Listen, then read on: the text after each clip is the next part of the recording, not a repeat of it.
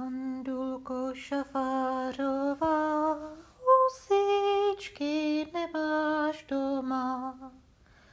Andulko Šafářová, husičky nemáš doma.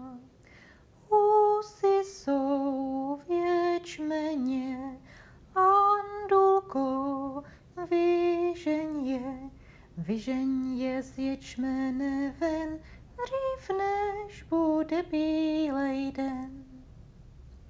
Já bych je ven vyhnala, jen kdybych se nebála. Já bych je ven vyhnala, jen kdybych se nebála. Paň máma lehce spí, jak se hnu, všechno ví. Já nesmím z komůrky ven, dřív než bude bílej den.